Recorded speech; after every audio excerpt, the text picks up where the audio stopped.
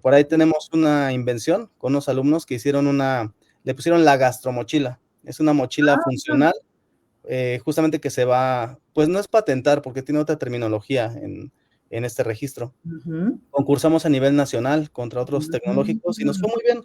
La verdad es que estuvo muy, muy padre. Nos fuimos a Pachuca una semana y pues es otro tipo de experiencias, ¿no? Muy diferente a lo que pues estamos acostumbrados nosotros en el gremio, pues más de Claro. sociales, ¿no? Ujú. ¿No conocía esa parte de usted, de que también andaba en esos menesteres? Sí, pues es que yo pues, estudié letras y yo trabajé primero como correctora, luego como editora, digamos del 2000 al 2010 más o menos, al 2009. Y en el 2009 renuncié para empezar el doctorado y luego ya entré a la UNAM. Pero pues en ese lapso, pues sí, en el tecnológico, Ujú. primero como trabajadora, pues sí, enfrentarme a mentes muy distintas y también a una universidad privada, ¿verdad? Porque yo estudié en la Autónoma Sí, de Nuevo León y luego, pues como me daban como una prestación estudiar y dije, ay, no se me antojaba estudiar humanidades ahí. Y estudié en la Escuela de Negocios de Mercadotecnia. Dije, aquí ok, complemento pues mi formación como editora para la parte comercial que es tan importante, ¿no? claro. Estudios de mercado y así, bueno, definir perfiles del consumidor y todo eso. Entonces, Sí, no, pues ahí hubo que entrarle hasta contabilidad y todo, economía un poco. Y muy así es. interesante, pues Trae de todo, doctora. sí, Trae un poquito de aquí, de allá sí. y Y eso me ha servido mucho ahora como investigadora, ¿eh? Porque Sí, uno como me investigador se imagino. tiene que autopromover sin un sentido egocéntrico de ninguna manera. Bueno, por lo menos yo procuro no, obviamente, sino de no uno, sino la investigación que uno claro. hace. Y sí, ha sido muy útil. Luego ya, ahora sí, el doctorado en humanidades ya regresó. Oh, interesante. Esa faceta no me la sabía de usted, pero qué interesante. Sí, Hay sí, que sepa bastante. Sí, a mí me ha tocado también, pues, algunas materias, ¿no? Por ejemplo, de desarrollo, de capital, de sí. administración, que digo, híjole, pero pues a final de cuentas te vas, permeando con todo esto y pues tienes que entrar al quite, no te puedes quedar atrás también. Así es. Y Ujú. todo sirve, todo aporta, todo es útil. Le Así es. gusta, a lo mejor no es lo que a uno más le gusta, o sí, pero todo es útil, definitivamente. Excelente. Bueno, pues vamos a dar Comenzar. comienzo, doctora. Adelante, Estéreo. Creo que estamos todos preparados. Pues vamos a comenzar. Estéreo. Ok, pues efectivamente vamos a comenzar esta 31ª charla de Sabías de Raíz que, amigos del Valle de México, muy buenas noches. Por esta ocasión vamos a estar transmitiendo Sabías de Raíz que el día jueves, ya que tenemos una invitada muy especial esta noche y pues debido a sus múltiples actividades que tiene esta doctora, esta invitada que hoy nos permite un poco de su espacio. Por eso cambiamos la fecha, amigos. No se crean que hoy es viernes, no, estamos en jueves, no se preocupen, pero por esta ocasión lo hacemos en día jueves, esta 31ª charla de Sabías de Raíz que. Amigo Juan, por favor, si nos Así es. presentas a Sí, la doctora. pues antes de que inicie nuestra ponente del día de hoy, pues le agradezco mucho por su tiempo, por estar aquí, porque sé que es una persona muy, muy ocupada y para que la conozcan un poco más, dado que esto va a estar grabado para quienes se vayan conectando y bueno, vemos que ya están en línea algunos. Tenemos hoy a la doctora Dalia Valdés Garza, es investigadora del Instituto de Investigaciones Bibliográficas de la Universidad Nacional Autónoma de México, UNAM, desde 2014 y miembro del Sistema Nacional de Investigadores SNI, nivel 1 desde 2016. Estudia las revistas científicas mexicanas de los siglos XVIII y XX, desde la historia del libro y de la edición. Sus proyectos de investigación más recientes son bibliografía e historia de la prensa científica en México, 1910-1970, la edición de revistas de medicina y el de ciencia básica de CONACYT, modelo histórico para el análisis del proceso de la edición de publicaciones periódicas científicas mexicanas entre 1900 y 1995. Entre sus publicaciones están libros y lectores en la Gaceta de Literatura de México, 1788-1795, de José Antonio Alzate, México Bonilla, Artigas Editores, ítems. CONACYT, Madrid, Iberoamericana 2014, el periódico Libro como concepto para el estudio de la prensa médica de México, en Print Culture Through the Age Essays, Latin American Book History, Cambridge Scholar Publishing, United Kingdom, 2016. Y el artículo Lectores de la Prensa y otros escritos científicos de José Antonio Alzate, en coautoría con José Antonio Cervera, Journal of Spanish Culture Studies, 2012. Sin más preámbulo, doctora, le damos pues la palabra para que nos ilustre con parte de esas temáticas tan interesantes que usted maneja, que le reconozco y que vamos a aprender mucho el día de hoy. Adelante, doctora. Mil gracias. Bienvenida. Muchas gracias, Juan. Muchas gracias, Esterio, por esta bienvenida, por su cordialidad, por su aprecio, la consideración para estar en este espacio de divulgación. Siempre me emociona mucho tener espacios como este, porque realmente es en donde los investigadores tenemos que tener un mayor compromiso, el llegar al mayor número de personas, el esforzarnos por compartir el conocimiento a un amplio público. De tal manera que, pues, de verdad estoy muy agradecida y espero que sea de interés para ustedes y que si tienen algún comentario, pues con todo gusto siempre seré receptora, tanto en este momento como posteriormente. Con todo gusto estoy en el Instituto de Investigaciones Bibliográficas de la UNAM, como bien se mencionó. Pues vamos a dar inicio.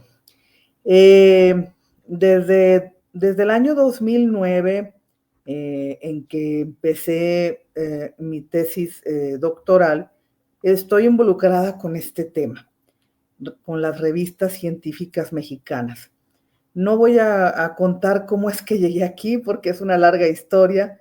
El asunto es que de verdad que me he dado muchas satisfacciones y tengo un gran compromiso con el desarrollo de este tema. Quiero, por ejemplo, hacerles saber quiénes somos las personas que estudiamos el tema de las revistas científicas, porque todos saben que hay investigadores de distintas disciplinas, pero, por ejemplo, los que de manera más natural estudian las revistas científicas, pues son los historiadores de la ciencia, los historiadores de la prensa, los historiadores de la edición, como yo, también los estudiosos de la edición contemporánea y los bibliógrafos, por dar algunos ejemplos. En mi caso, que soy historiadora de la edición, pues, ¿qué es lo que tomo en cuenta? Sí, pues en principio yo no estudio las revistas científicas actuales, las que consultamos ahora, porque seguramente si somos estudiantes, incluso podría ser que desde bachillerato, pero más bien desde licenciatura y en los posgrados, recurrimos a la revista académica, a la revista científica, como una de las fuentes principales para enterarnos de lo que llamamos en los protocolos de una investigación o en un proyecto de investigación, esa sección que se llama el estado de la cuestión. En esa sección nosotros buscamos fuentes que tratan del tema que nosotros a su vez queremos investigar para saber qué tanto se ha avanzado en el estudio de ese tema. Y eso es en todas las disciplinas y en todos los campos del conocimiento, eso es así.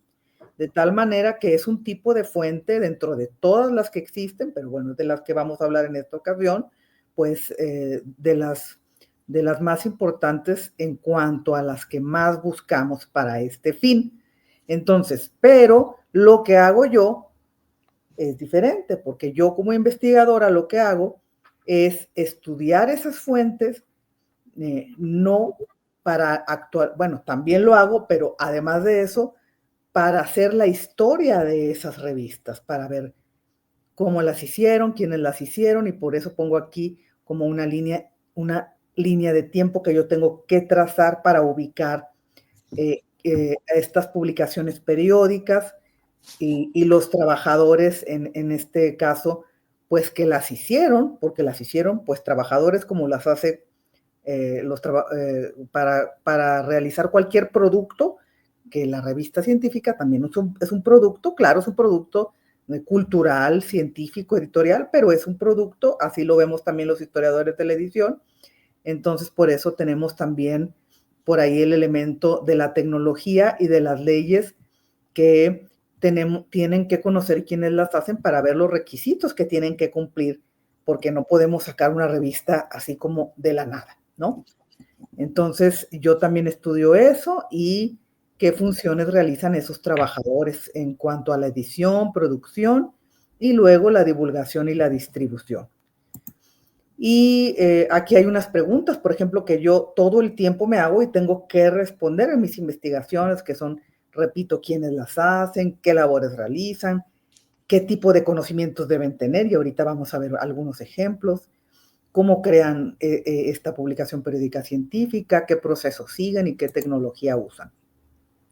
Pero en principio, ¿qué es una revista científica? Porque es normal que cuando decimos revista científica, dice, ¿por qué la doctora no dice revista académica? Que así es como se dice actualmente.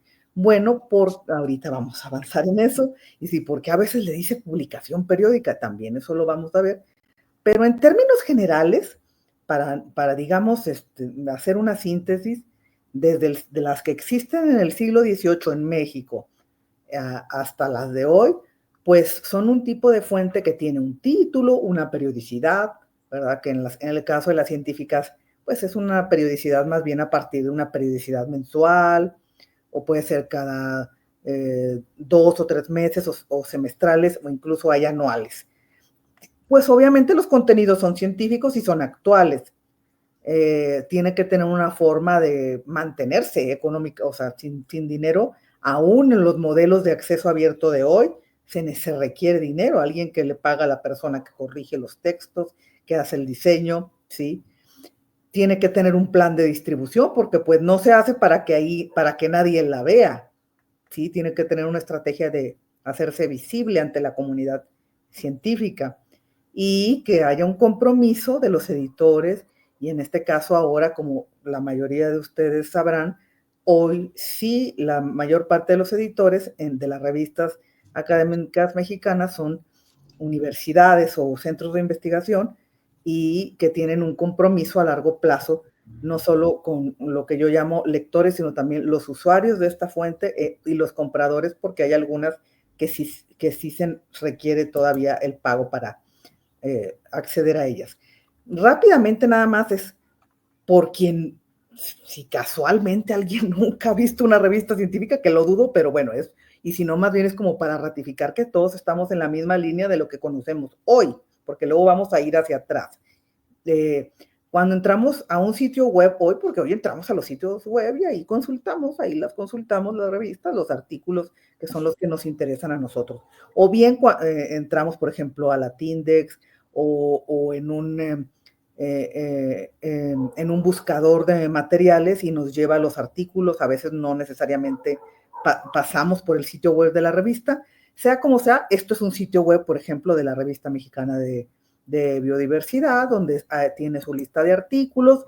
Los artículos los conocemos más o menos con la misma estructura. Hay una estructura muy homogénea, incluso, bueno, todos, digamos, los investigadores tienen que conocer estos elementos de un artículo cuando lo van a escribir: el título, el abstract, las palabras clave, etcétera. Y en algunas disciplinas es todavía más estricto el esquema. Por ejemplo, aquí hay una introducción, sí, una sección de métodos, como ustedes pueden ver, y luego de resultados.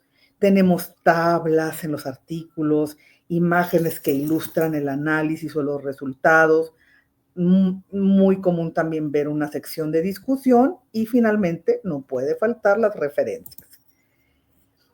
¿Cuáles son las revistas hoy? Pues las podemos encontrar en diversos lugares, pero por ejemplo uno es en el sistema de clasificación de revistas de ciencia y tecnología del que fue el CONACYT, ahora es Secretaría, todos lo sabemos, pero bueno, en la lista que hay más accesible en Excel, porque se puede buscar en un buscador, perdón la redundancia, pero en un buscador en línea, pero aquí yo la quería presentar como de manera general en este Excel, que el último que hay disponible es de 2008, y hay 216 revistas de diversos campos de conocimiento: biología, química, ciencias sociales, etcétera, ¿sí? Y esto es más o menos en general el esquema que se sugiere para los que elaboran una revista, ¿sí? Un director editorial o editor, editores asociados, quien hace el diseño, un consejo editorial, obviamente los que dictaminan, y luego ya toda la parte, digamos, tecnológica, ingeniero en sistemas, etcétera.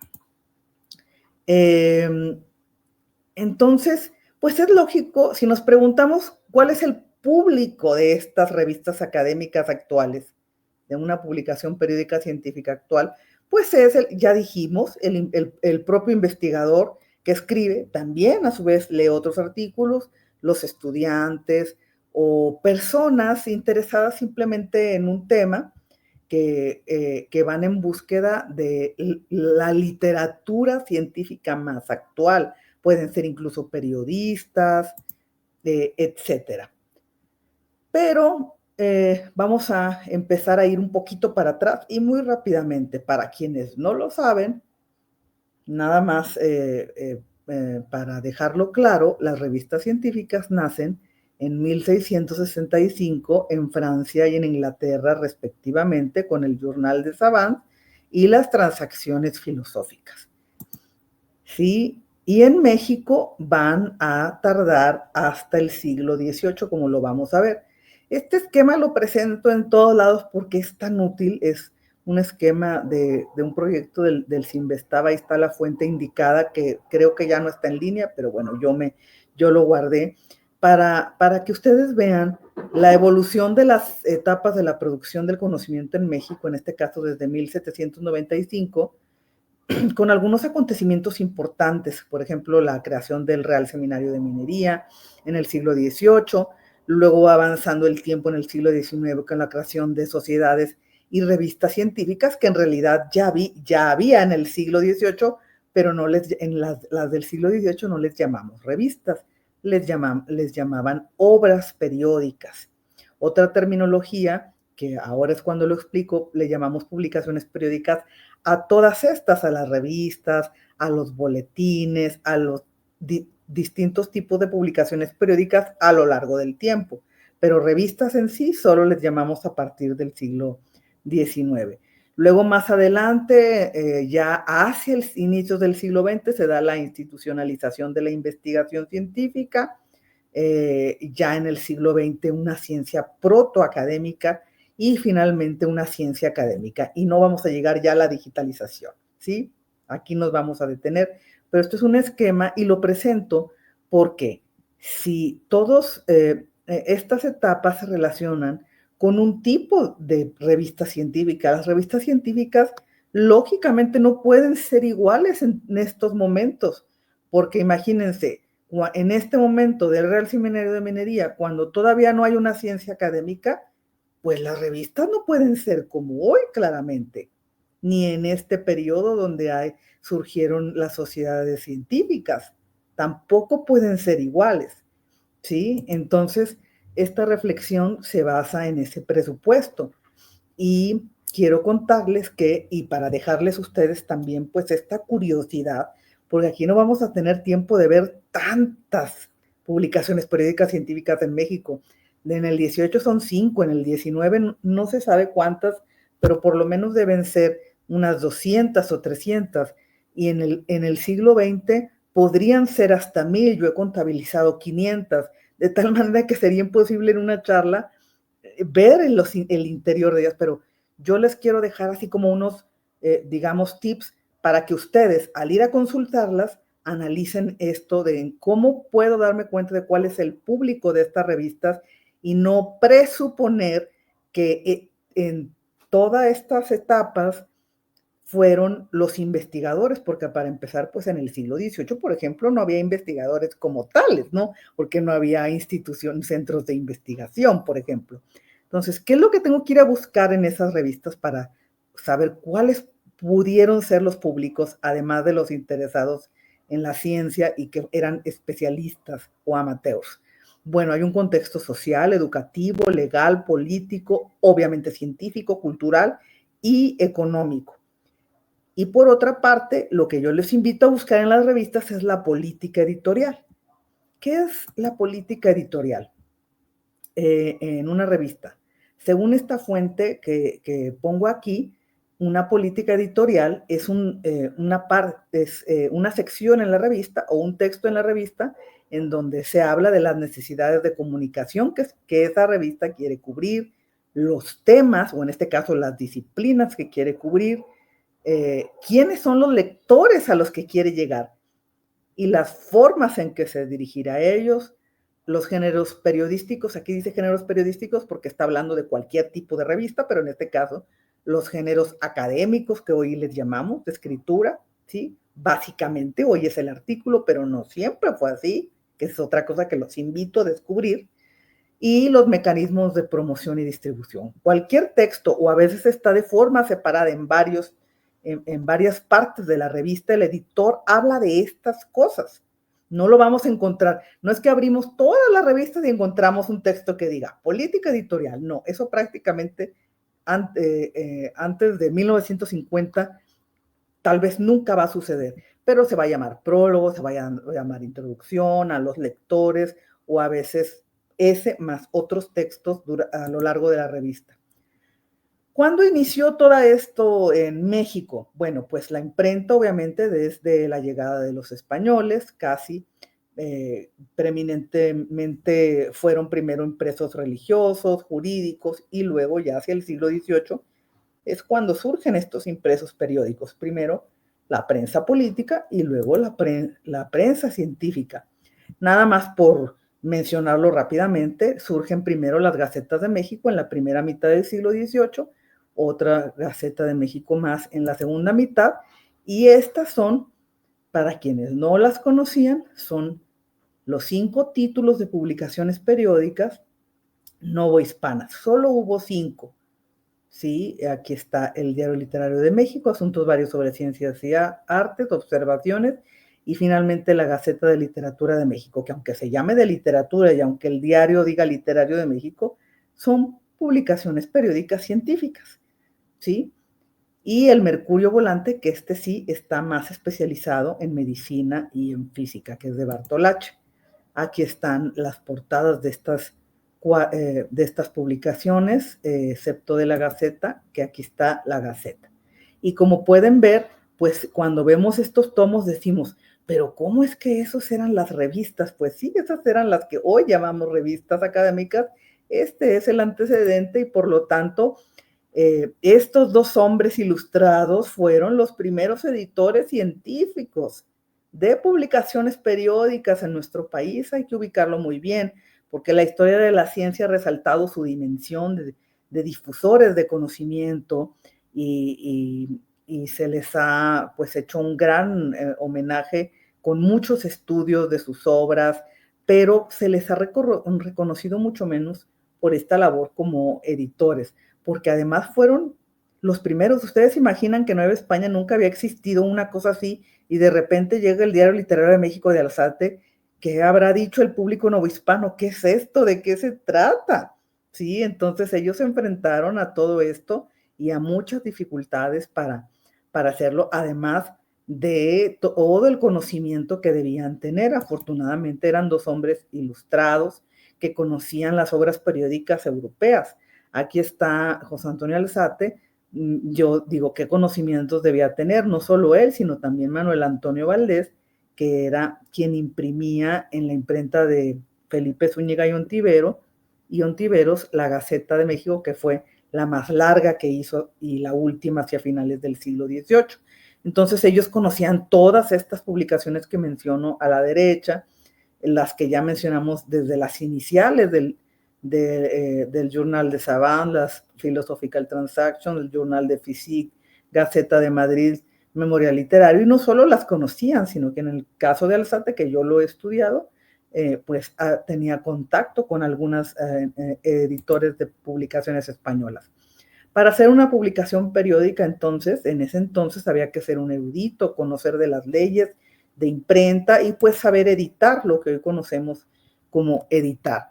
Y fíjense, solo en las gacetas de literatura hay todas estas materias, ¿sí? O áreas científicas, como lo llaman estos autores, y se citan todas estas publicaciones periódicas internacionales. Entonces, ustedes nada más Por ejemplo, se imaginan la biblioteca que debía tener José Antonio Alzate, imagínense. Bueno, pues debían conocer muy bien también las leyes, como les digo, porque no cualquiera podía imprimir, se tenían que pedir permisos y aquí solo tenemos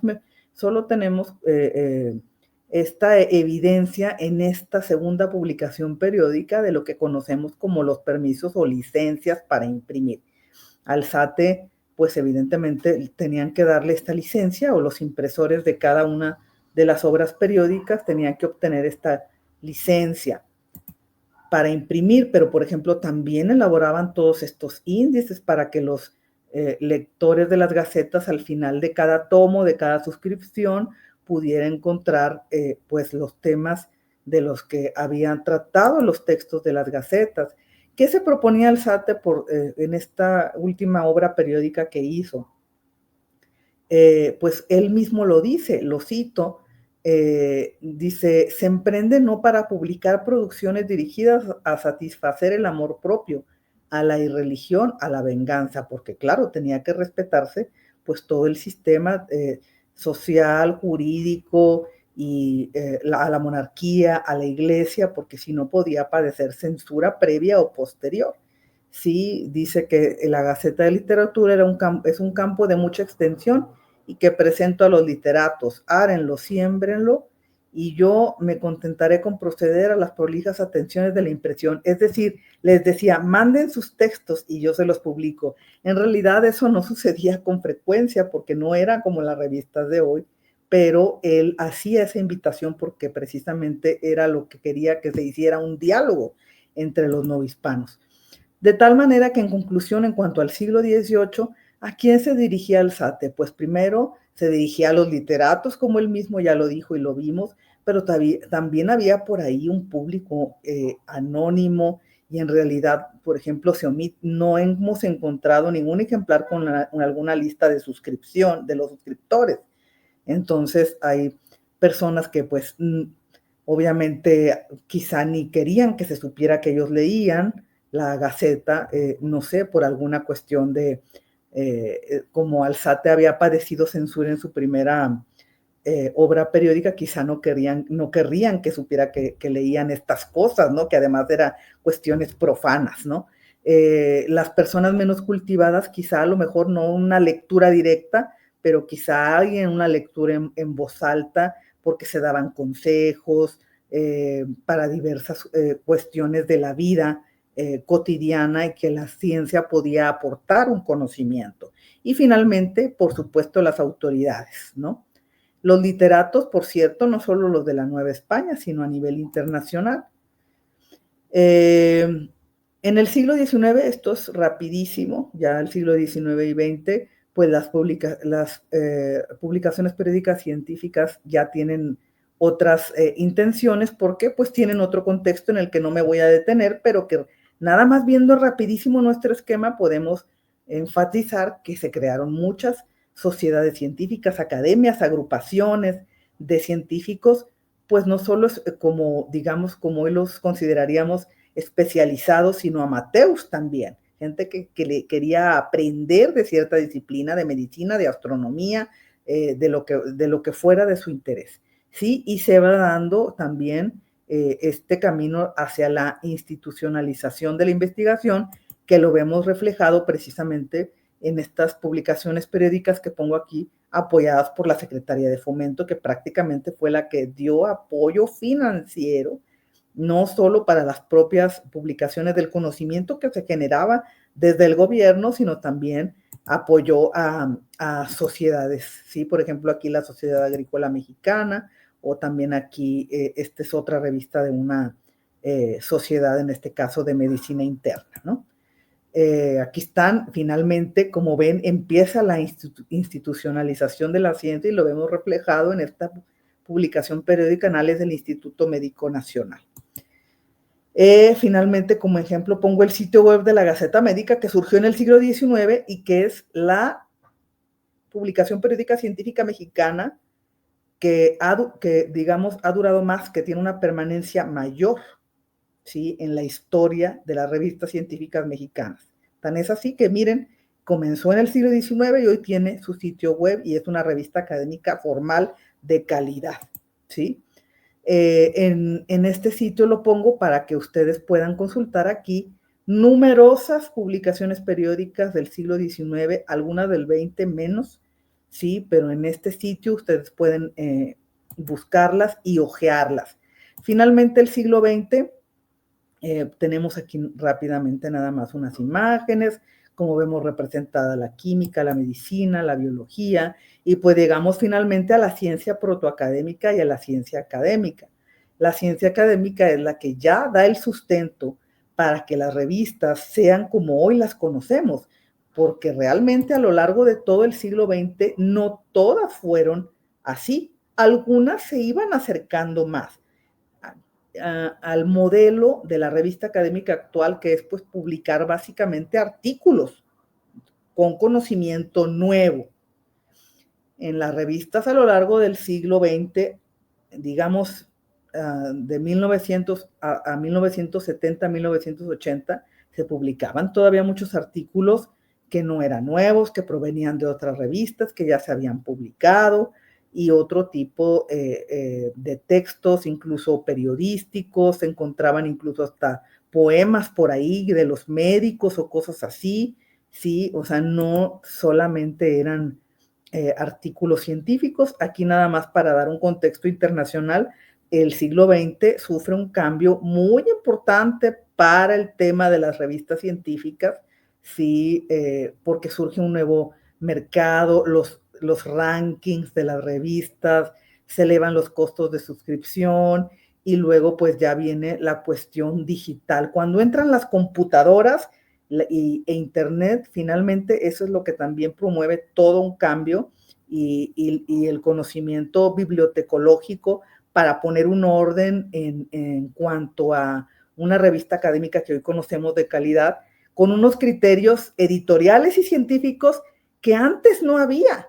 Antes a veces ni siquiera había estos comités científicos, comités editoriales algunos, pero no era así, ¿sí? Entonces hay cambios muy importantes y aquí, bueno, voy a avanzar rápido, son simplemente hallazgos que yo tuve de una investigación que hice, que son las que recién concluí, una de 120 revistas médicas y otra de casi 500, pero lo voy a pasar muy rápido.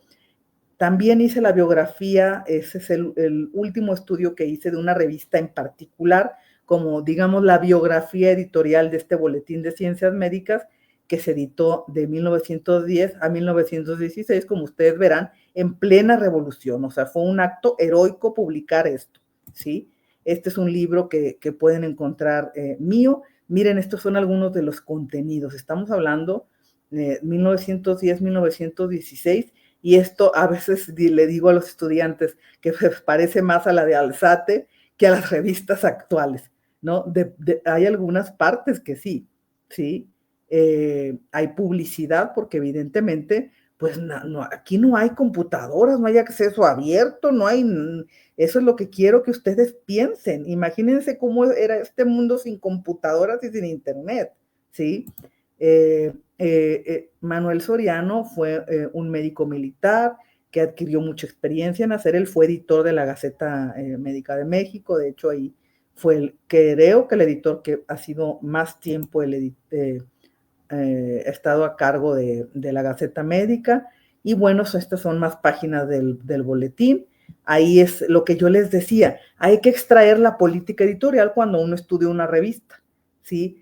Cada cuándo se publica, la periodicidad, a quién está dirigida. Aquí dice que está dirigida a médicos, dentistas, veterinarios, que se orienta a la práctica médica, que va a haber colaboradores extranjeros, que se va a publicar. Esto también es parte de la política editorial, ¿sí?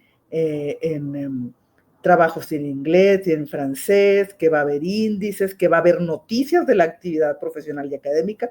Eso ya no lo encontramos en una revista académica actual.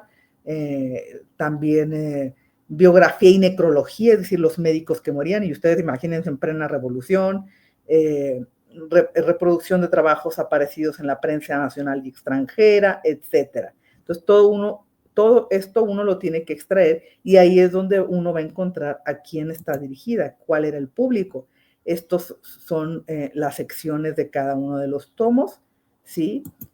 Y finalmente, pues aquí es un texto de Soriano hacia el final, en donde prácticamente él dice que no se quiere rendir, porque ustedes imagínense, pues hoy es muy fácil, pues no tan fácil, ¿verdad? Obviamente no es nada fácil, pero pues hoy subimos el volumen, o se van subiendo ahora incluso por artículos, ¿sabes? Algunas revistas ya tienen este modelo, y aquí imagínense con carestía de papel, con el dolor de médicos, compañeros fallecidos. Soriano además era estadista, que publicaba estadística de las muertes, o sea, realmente en toda esta circunstancia y todavía sacar adelante.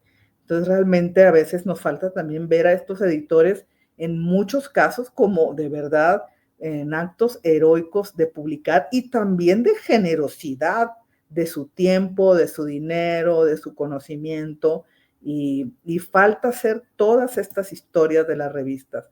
Finalmente también en este recurso que los invito a consultar en Siena, los sistemas de índices de la Hemeroteca Nacional de México, ustedes pueden consultar. Fíjense qué maravilla. Además, este equipo de Siena hizo este resumencito que ustedes ven aquí, autor, título, etcétera, fecha, y los temas de cada uno de los textos del boletín.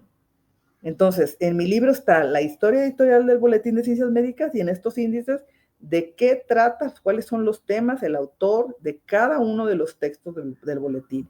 Y cada revista científica merecería un trabajo así. Ya voy a acabar, ya voy hacia el final para decir que en este otro proyecto del que les hablé de 120 revistas médicas, pues encontramos, fíjense, el periodo del 17 al 70, que prácticamente es en el que prevalece una ciencia protoacadémica todavía, no una ciencia académica consolidada.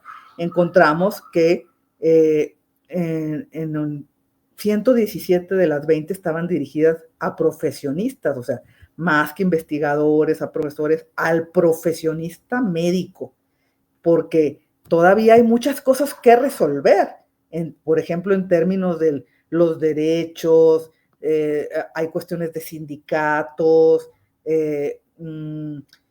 tienen todavía, los médicos exploran todavía, por ejemplo, cuestiones obviamente de asociaciones, de cuestiones sociales que todavía publican en las revistas, de a lo mejor la graduación de algunos estudiantes, o si algún médico hizo un viaje que ayudó a traer conocimiento a México. O sea, todavía publican todas esas cosas de tal manera que son revistas más tendientes a ser profesionales. Si otro sitio que pueden consultar y que los invito a consultar, que no puse aquí el sitio, pero es el de Revistas UNAM, y ahí ustedes encuentran categorías de las revistas de investigación, y hay una precisamente como de profesionales y técnicos.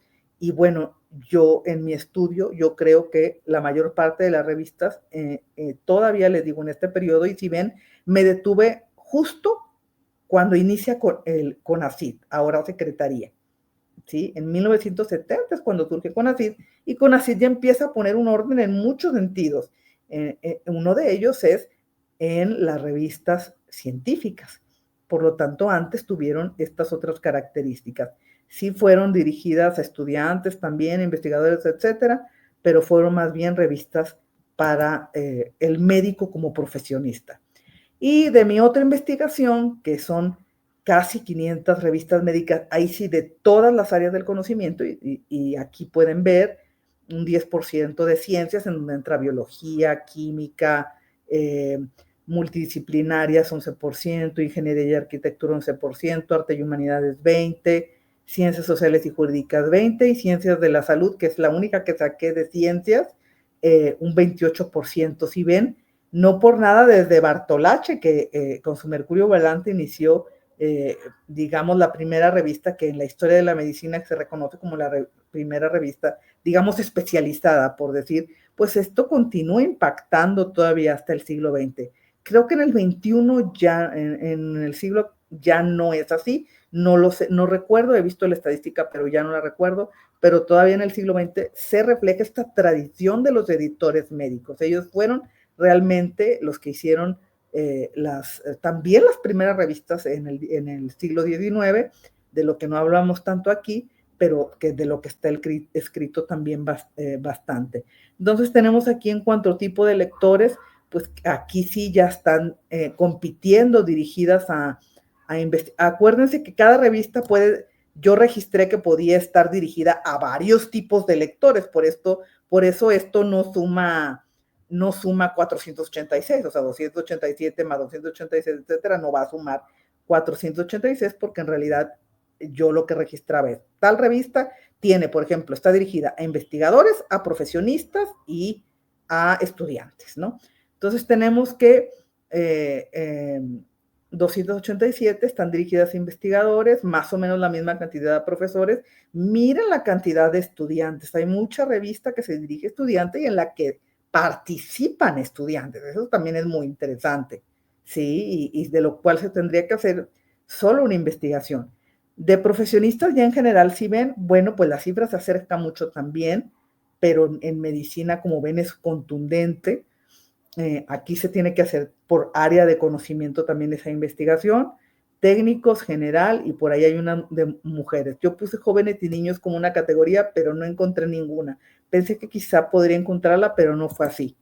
Entonces aquí nada más para que vean rápidamente las imágenes de algunas de estas revistas que están en esta investigación de casi 500. Como ven, persiste la publicidad, insisto, porque estamos muy habituados a pensar en el internet, que bueno, lo subo, lo coloco, que bueno, eso también cuesta, ¿no? Evidentemente, pero también pensamos en la subvención de las universidades y los centros de investigación públicos o privados, independientemente, y pues antes no, muchas de estas revistas las editaban particulares o empresas farmacéuticas, negocios farmacéuticos, y miren el tipo de publicidad que aparecía, ¿sí?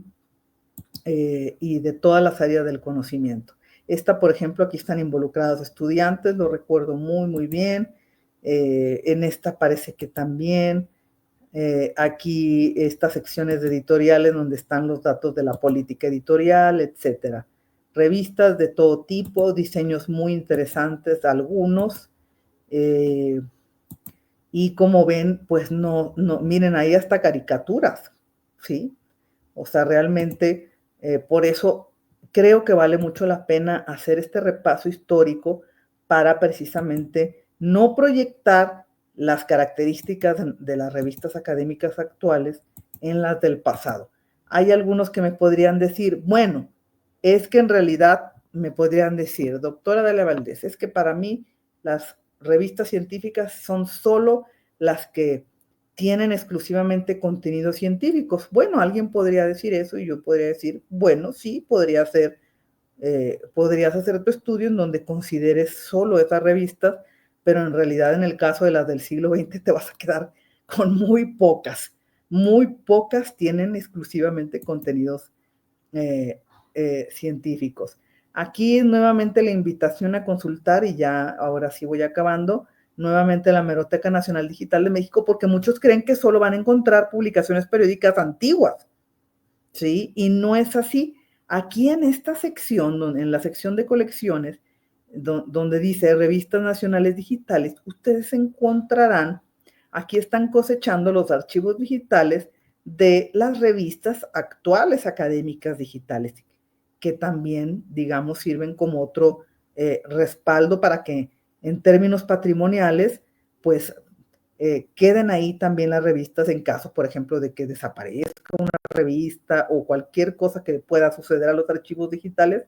Aquí están también algunas entregadas por depósito legal digital, que ya ven que las nacionales se entrega ahí, todo lo tenemos ahí por depósito legal, y entonces pueden hacer esta consulta.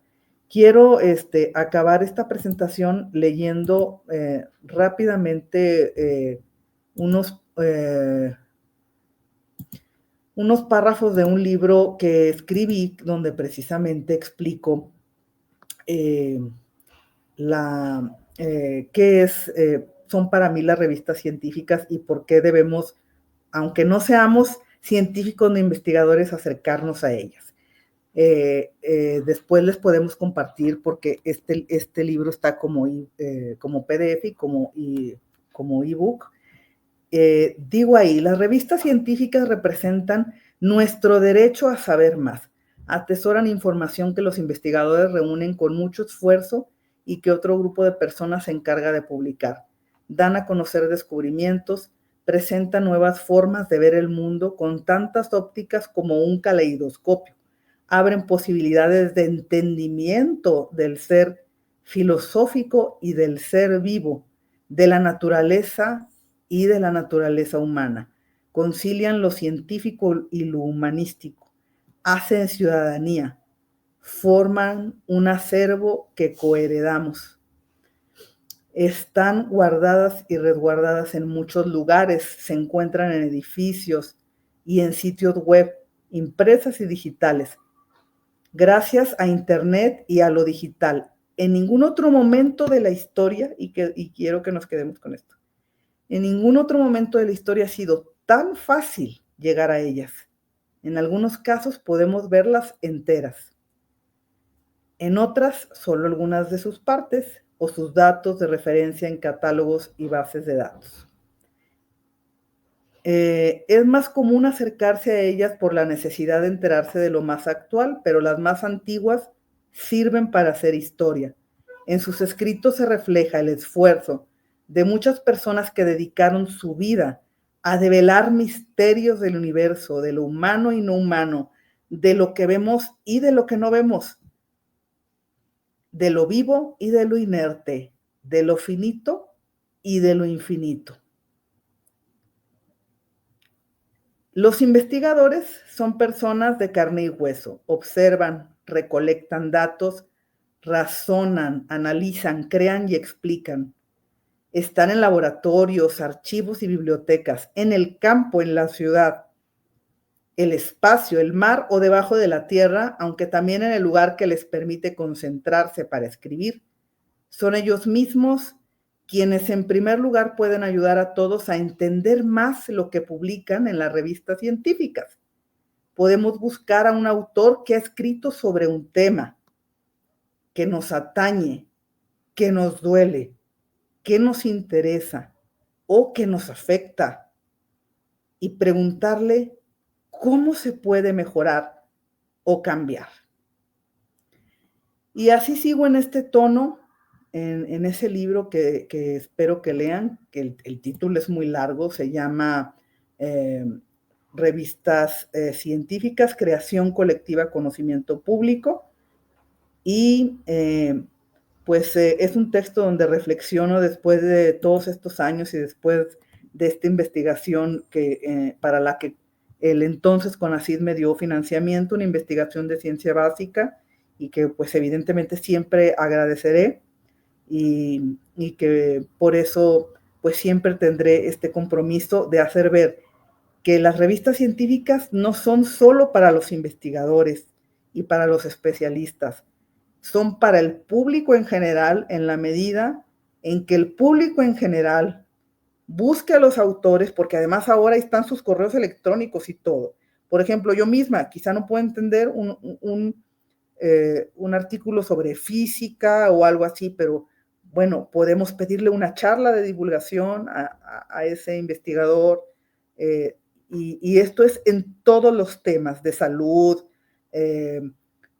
como por eso digo, en todos los temas que nos duelen, que nos afectan o en los que queremos mejorar, que no sabemos cómo ayudar socialmente, podemos encontrar en las revistas científicas esas respuestas.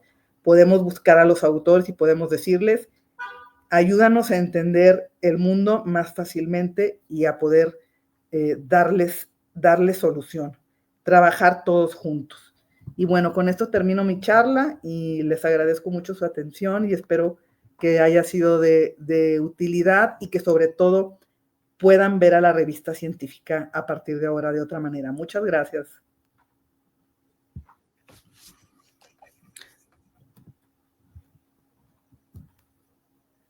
Juan. Muchas gracias doctora.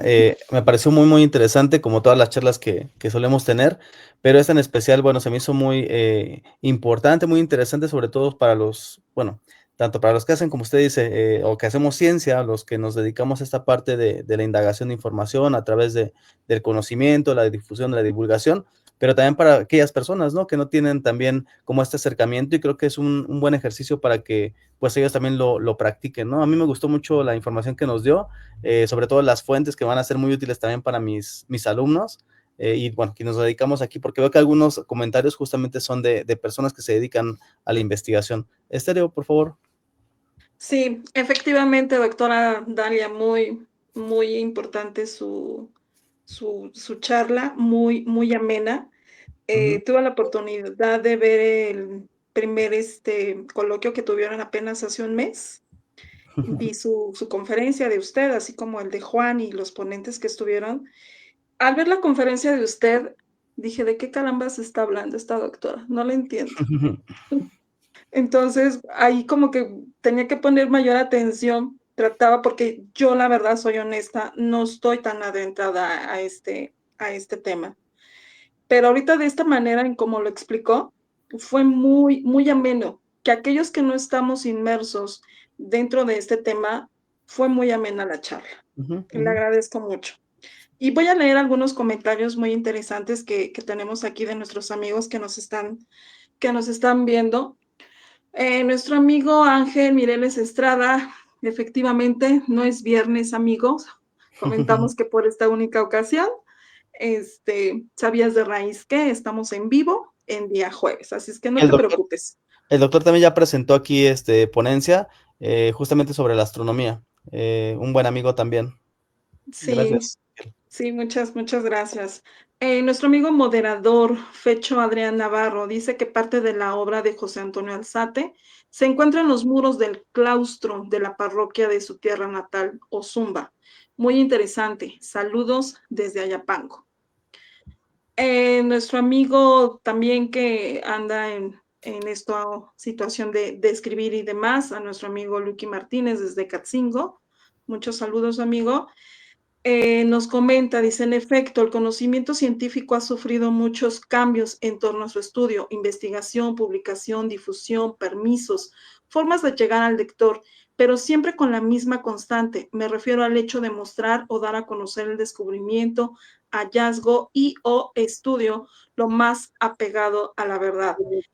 Viene a mi memoria cómo en la Edad Media la religión puso límites en desarrollo de la filosofía, de la ciencia, la cultura, llevando a cabo una estricta vigilancia y persecución de las personas que no sujetaban al sistema. Pienso que actualmente aún queda un resquicio de ese control y sesgo, totalmente discreto, pero atendiendo posturas políticas, económicas e ideológicas e incluso culturales. Qué bueno que actualmente existe una mayor apertura en este aspecto y que continúe mejorando todo el proceso investigador, lector, redacción, estudio, supervisión, calidad de impresión, mercados, enfoques, etcétera. Saludos de su amigo Elvis Martínez desde Ecatzingo, Estado de México. Felicidades al grupo y al equipo del Valle de México desde su raíz y a los ponentes. Tenemos aquí también un amigo de muy cercano a este bello municipio. Amigo Juan, si pudieras leer de nuestro amigo Alan, por favor. Ok, cronista recién nombrado justamente de su tierra natal, en las faldas del Popocatépetl. Dice: felicidades a la doctora Dalia Valdés, Alan Sánchez Cruz, por tan interesante exposición. Muy importante el papel de José Antonio Alzate y Ramírez para la difusión científica en México. A propósito, recomiendo el libro El Virrey y el Capellán, ediciones Cali Arena, donde menciona a Alzate como editor de la Gaceta de Literatura de México. Saludos desde Atlautla, Estado de México. Y felicidades también a ti, que recién te nombraron cronista también por allá, Alan. Excelente. ¿Le podría hacer unas preguntas, doctora? Claro. A mí también me quedó mucho más claro. Me gustó su ponencia que cuando presentamos en el instituto, pero sí, definitivamente ahora me quedó muy claro todo, y justamente surgieron algunas dudas. Digo, a lo mejor son datos o fechas muy precisas que no sé si las tenga, pero me llama la atención, me hizo pensar todo lo que estaba hablando. Igual es de las veces que he hecho muchas notas, me llama mucho la atención. Eh, por ejemplo, el término artículo, doctora, aparece ahí en unas imágenes que usted presentó, incluso en la Revolución, ¿no? Vi tres términos que eran, o los consideraban así los científicos, como boletines, como crónicas, y uno que decía artículo, y me llamó la atención, y justamente pensé, ¿sabe de casualidad cuándo surgió pues ese término como tal a este tipo de publicaciones, como artículo? No sé si No, tenga el dato, pero me pareció muy, muy interesante. sí, de hecho, parte de lo que trato de hacer en mis investigaciones es dejar claro todo lo que falta por estudiar. Y esa es una de las cosas que hacen falta. Por ejemplo, en el caso de Inglaterra, sí se ha estudiado la evolución de los, para no llamarle artículo, de los géneros textuales desde las transacciones filosóficas de 1675, porque también desde, como dije, desde ese origen, no es que solo publicaban lo que hoy conocemos como artículo científico. Ellos sí han hecho estudios sobre la evolución de lo que en aquel momento era un texto que se acerca a lo que hoy se parece el artículo científico y otros tipos de textos que aparecían. También en el caso francés se ha hecho. De hecho, cuento un poco sobre esto en mi último libro que está editándose, el de modelo histórico de publicaciones periódicas científicas, y pues pongo ahí la deuda que hay para que en el caso mexicano esto se estudie. Imagínense, esto sería valiosísimo, simplemente en las publicaciones de Alzate decir cuáles son los textos que Claro. en las gacetas se acercan lo más que los hay. Yo podría decir algunos, porque obviamente yo leí los 3 tomos de la Gaceta y sé cuáles se acercarían más, pero no todos tienen ese registro como de especialización, sino que hay otros que podrían pensarse para un público más amplio, etcétera. Hay unos con los que en los que trata de dialogar con los que hoy llamaríamos pares, es decir, los miembros de las sociedades a los que él pertenecía, pero no hay un estudio en donde se diga, en estas revistas empezaron a decir, se publica artículos, ¿no? No hay ese estudio. ¿Se podría hacer el estudio? Por supuesto. Ya por lo menos tenemos el corpus identificado Claro. de revistas donde eso se puede buscar. Ok, excelente, muy, muy interesante esta apertura, ¿no? Y justamente lo comentaba porque, no sé, bueno, yo estoy más inmerso en la parte histórica, pero ese término que ocupa, yo soy ajeno a muchos términos que estuvo mencionando, pero política editorial sería algo así, no sé, doctora, igual y me equivoco y me quemarán vivo muchos historiadores, no lo sé. Política editorial podría llamarse algo así como, o compararse con la historiografía en la historia, porque, por ejemplo, nosotros en la historiografía es la historia de la historia, ¿no? Analizar esos textos que nosotros estamos encontrando desde el contexto en el cual se escribieron, quiénes lo escribieron, para quién, por qué, etcétera. En la parte bibliográfica, en la parte de la hemerografía como tal, no sé, doctora, usted que es especialista, ¿se podría llamar o es un parecido a la política editorial, por lo que mencionó? No lo sé, lo ignoro. La política editorial, si ustedes buscan el manual, esto es muy sencillo. Si ustedes buscan el manual de CONACYT, de los criterios que tiene que cumplir una revista académica actualmente para que tenga el reconocimiento de estar en el índice de revistas del que fue CONACYT, hay una parte de política editorial y en esa política editorial se tiene que cumplir con algunos datos precisamente como las disciplinas que va a cubrir, la periodicidad, etcétera, tiene que brindar esos datos. Yo más bien, la manera en que lo definiría es que es un género textual que elabore el editor o los editores, ¿sí? Esto es un documento. Alzate, por ejemplo, en el caso de las del 18, estarían los que ya llamamos prólogo. No solo ahí, porque hay otras partes en las que también hablan de esta información, de los lectores, de los temas que van a tratar, de a quién se dirigen, de por qué están haciendo esa obra periódica, pero es más bien un género textual, o sea, es un tipo de texto en el que el editor define las características de la publicación periódica. Es prácticamente eso. Pero como decía, muy escasamente en las revistas científicas históricas está hecho, es como raramente dice artículo, a veces dice, ahí estaba, ¿no? Por ejemplo, que dice artículo, raramente anuncia el tipo de género textual, el texto, rara vez dice crónica. Puse casos en que decía, y de hecho los hay, pero casi no existe eso. Es como si después para un poema dijera poesía. No, simplemente empieza el texto y ya. Así es la política editorial, es un tipo de texto en donde se da información sobre las características de la revista. Ok, excelente. Bueno, eso ya me quedó más que claro. Muchísimas gracias, doctora. Estéreo, no sé si quieres comentar algo más. Yo tengo una pregunta, doctora. Usted mencionó durante su charla que antes en este siglo XVII, XVIII, para poder escribir tenían que saber de leyes. ¿Es correcto? Ahora, actualmente, ¿qué se necesita saber para poder escribir? Para poder escribir ciencia, bueno, pues voy a hablar de un caso particular que es el mío, porque yo fui editora y ahora soy autora científica, ¿sí? Creo que finalmente todas estas funciones están ligadas con un conjunto de conocimientos.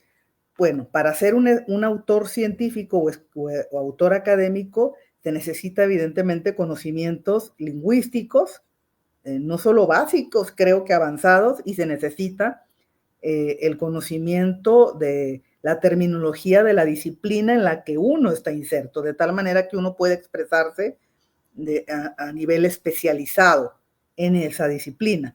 Pero también se requiere como autor conocer las políticas editoriales de las revistas que, por ejemplo, hoy indican la manera de citar, de hacer citas y referencias, por ejemplo, la manera de estructurar un texto según la disciplina. Hay disciplinas que, como dije en mi intervención, son muy estrictas. Pones una introducción, métodos, discusión, resultados. Por ejemplo, en las disciplinas humanísticas no se es tan estricto, pero hay disciplinas en las que sí.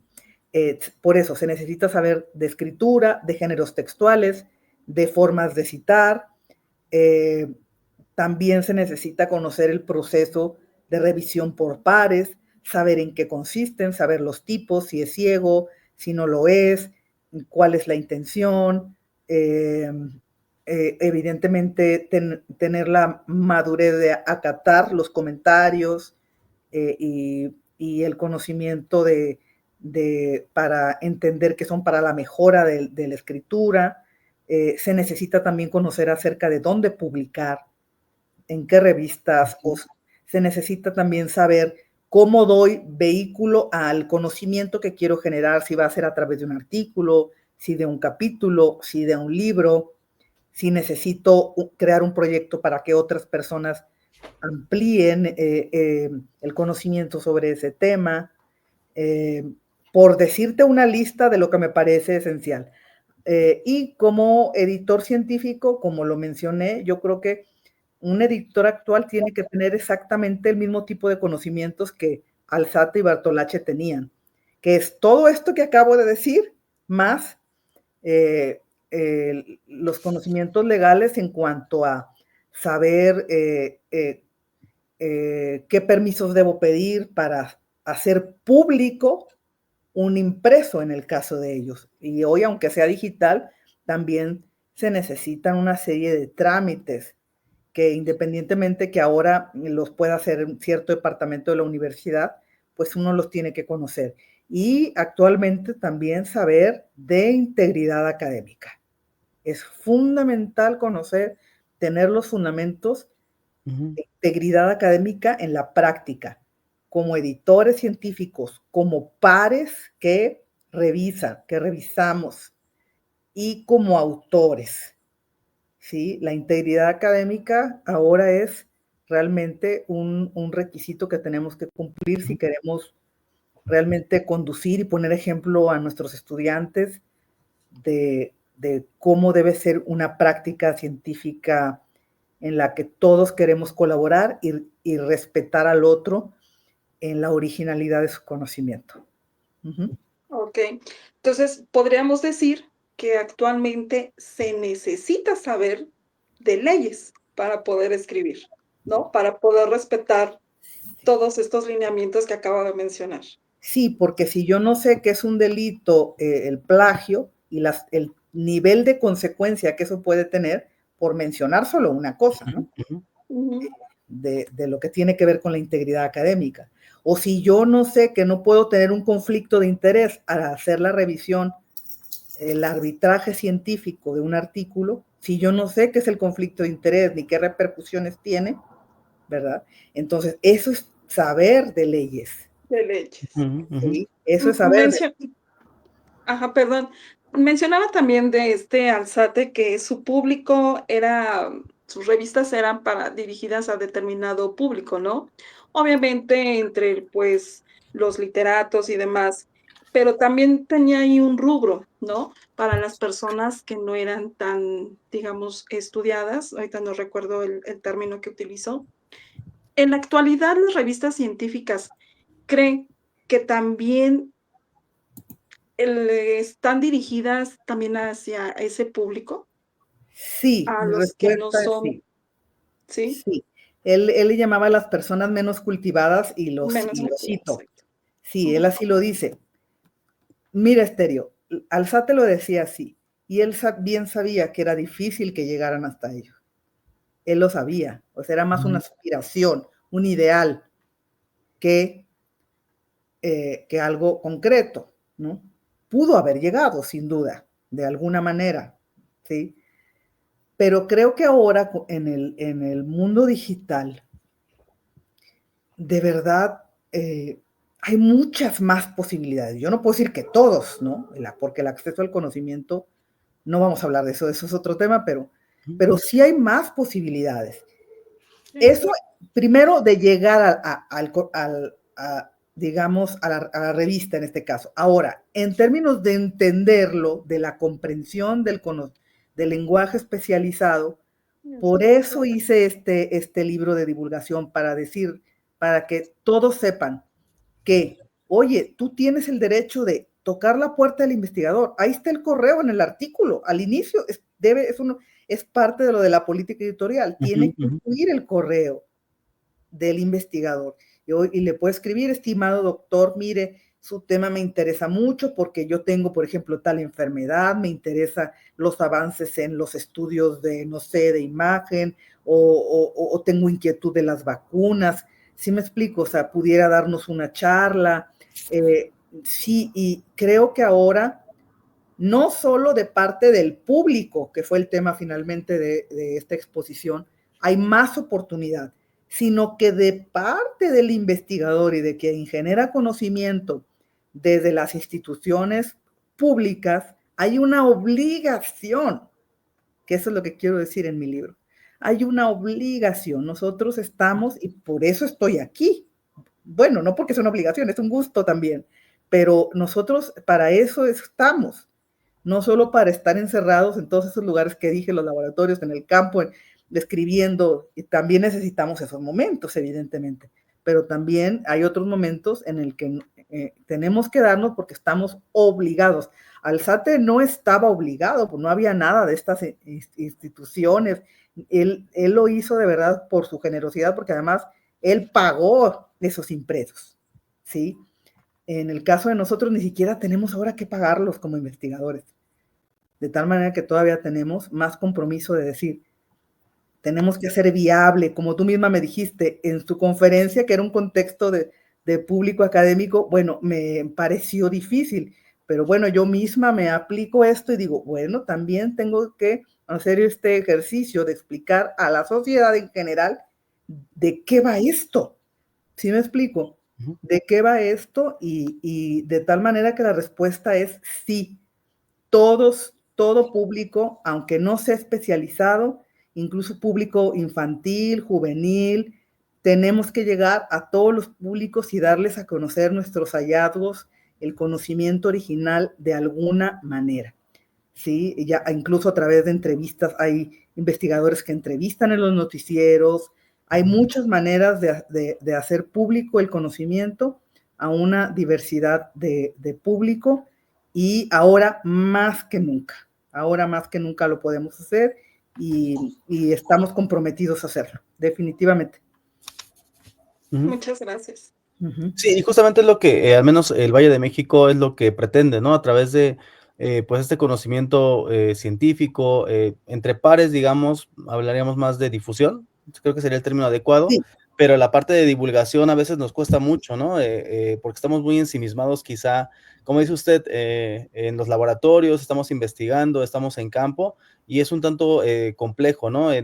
Insisto, estamos en esos, terrenos quizás escabrosos donde no salimos a veces de esa zona de confort y el enfrentarse con la realidad, con quienes nos están viendo, por ejemplo, enseñarles esto que hacemos nosotros, pues también es gratificante, nos gusta evidentemente y pues ellos también aprenden de ello, ¿no? Entonces creo que es muy interesante, me gustó muchísimo su charla, me pareció muy amena, muy interesante, creo que las personas que lo van a ver más adelante, pues lo van a disfrutar también. Y pues quiero agradecerle muchísimo, doctora Dalia, por el tiempo que nos brindó. gracias, Es una persona muy, muy ocupada. Por lo que la he conocido, pues es una muy linda persona también. Yo le agradezco. gracias. Fue muy amable también para hacernos su espacio en este espacio, valga la redundancia, del Valle de México. Y pues infinitos agradecimientos, doctora. Gracias. ¿Puedo hacer unos últimos comentarios muy Claro, rápidos? por supuesto. Adelante. Bueno, agradecerles evidentemente a ustedes dos. Hubo un comentario que mencionó la obra del virrey y el capellán del doctor Antonio Saborit. Claro, conocemos la obra. El doctor me hizo llegar su obra, de hecho, recién salida y compartimos ese interés y de hecho el doctor y yo tenemos una deuda por ahí precisamente para hacer algo de difusión en relación con la Gaceta. Ojalá lo podamos hacer algún día. Admiro mucho al doctor. Y decir que yo tengo orígenes mexiquenses, ¿sí? Por línea paterna, tengo muchos familiares en el Estado de México, entonces soy norteña, pero tengo también mi otra parte del Estado de México y pues también es curioso que todo esto al final también me leí un poco con Alzate, que es como empecé todo este camino y que al final creo que todos los que tenemos un interés genuino en la ciencia tenemos ese espíritu de él también de querer compartir todo lo que podamos compartir, aunque no sea quizá porque a él lo criticaron algunos, ¿no? De sus detractores, ¿no? De que no realmente no tenía un conocimiento tan, no sé, exquisito a lo mejor como otros ilustrados, pero yo creo que él fue realmente un ejemplo de lo que deberíamos hacer hoy. Todos los que nos dedicamos a la ciencia y con pasión y con compromiso. Muchísimas gracias otra vez. Gracias, doctora. Estéreo, para finalizar la pregunta de el espacio. Sí, que yo aquí me adelantaría, no sé si aquí la doctora Dalia, bueno, obviamente yo creo que sepa, pero precisamente, Alzate, ¿qué cree? Podríamos decirlo que fue como nuestro vecino. Nosotros nos encontramos aquí en el lado oriente del Estado de México. Entonces, como dato curioso, amigo Juan y a todos los amigos, yo daría ese dato, ¿no? De que, pues, este Alzate es precisamente de Ozumba, que a nosotros a través a distancia estaríamos hablando como, ¿qué, amigo? ¿Como una hora aproximadamente? Más o menos. Estamos de Ozumba. Entonces, ese sería un dato curioso, que precisamente, y miren las coincidencias, ¿no? Que este personaje importante de quien estamos hablando, tan erudito para su tiempo, que de todo sabía, pues sería ese dato curioso.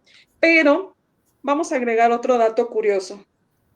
Un dato curioso, doctora Dalia, acerca de esto que usted ha estudiado. ¿Un sabías de raíz qué? ¿Algún anécdota, dato curioso?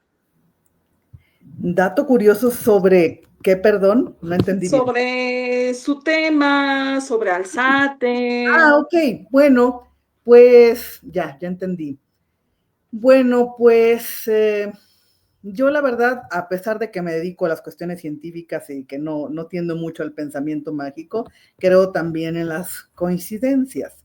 Y Y una anécdota que dije que no iba a contar, pero bueno, que ahora que me preguntan de una anécdota voy a contar, es que al llegar con la directora del posgrado en donde hice mi doctorado, le dije, quiero hacer una tesis de historia de la edición, siglo XVIII, México, pero no tengo sobre qué hacerla. y me dijo, ¿conoces la Gaceta de Literatura de México de Alzate? Le dije, ni idea, jamás había escuchado de eso. Me dice, ve en este momento a la Biblioteca Cervantina, estaba en el Tecnológico de Monterrey en Monterrey, y pídele al bibliotecario ver y ve los tomos de la Gaceta. Por primera vez, varias cosas pasaron ahí. Por primera vez tuve en mis manos un libro antiguo, que eso también determinó que yo abandonara la literatura y cambiara a la bibliografía y a la historia del libro y de la edición. Y en segundo, dije, ¿quién es este? ¿Quién hizo esto? O sea, realmente para mí empezar a leerlo desde el prólogo me capturó como si lo conociera, realmente como si me estuviera hablando Alzate y la verdad es que a pesar de que al entrar al instituto en la UNAM me pidieron cambiar a siglo XX, estudiar las revistas del 20, nunca me ha dejado Alzate y me ha dado muchísimas satisfacciones, entre ellas precisamente poder dialogar con el doctor Antonio Saborit y tantos alzatianos, como una vez una investigadora me escribió alzatiana, nunca lo olvidaré, sí, como una cofradía, algo así. Entonces, pues para mí la verdad y otros investigadores que yo admiro mucho, que no voy a mencionar, pero que realmente me ha dado el privilegio de conocerlos y de compartir mesas de coloquios con ellos.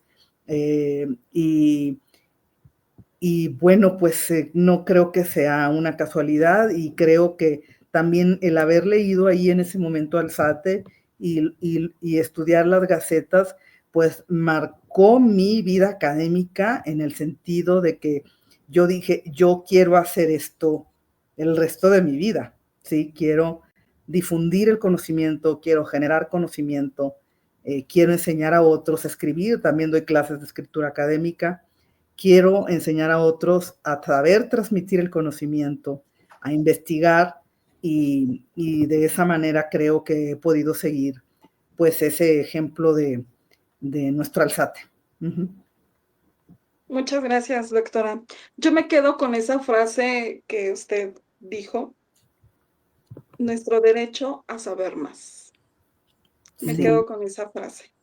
Y pues a nombre de la Asociación Interdisciplinaria para el Estudio de la Historia de México, con el presidente el doctor Rodrigo Vega y Ortega, le damos las gracias, le hacemos llegar su constancia. Insisto, sabemos que es una doctora muy, muy ocupada. Agradecemos infinitamente este espacio. Y Gracias. con cada conferencia siempre me quedo con algo y efectivamente, ahora voy a ver las revistas científicas completamente con otro giro. Y pues para los amigos del Valle de México que van a ver este video, muy interesante, muchísimas gracias por estar aquí. Y amigo Juan, por favor. Muchísimas gracias a todos y reitero, muchísimas gracias, doctora Dalia. Es un honor compartir con usted. Ya trabajamos un poquito juntos, tenemos ahí algunos proyectos también pendientes y pues crece la admiración. La verdad me pareció muy interesante, es de las charlas más amenas que hemos tenido. Ya se nos pasó la hora. Tan solo con mencionar eso, que no es muy común que nos suceda aquí, pero le agradecemos muchísimo. Pues un gusto, amigos del Valle de México desde su raíz, y pues estamos a la orden. Mil gracias, doctora. Saludos, gracias a ustedes. Saludos. Hasta luego. Muchísimas gracias. Bonita noche. Igualmente, Gracias. hasta luego, bye. Saludos.